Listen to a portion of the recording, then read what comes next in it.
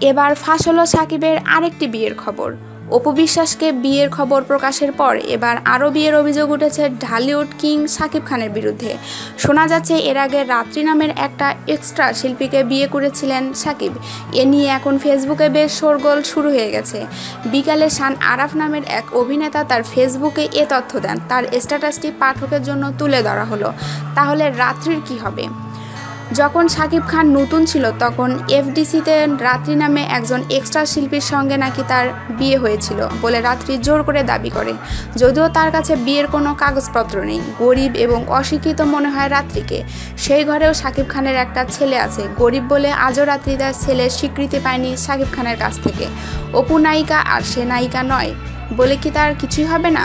এখন রাত্রি এফডিসিতে পাগলের মতো ঘুরে বেড়ায়। এফডিসিতে প্রায় সবাই রাত্রিকে চেনে। আমাদের চ্যানেলটিকে ভালো লাগলে অবশ্যই লাইক, কমেন্ট, শেয়ার এবং সাবস্ক্রাইব করতে ভুলবেন না। ধন্যবাদ সবাইকে।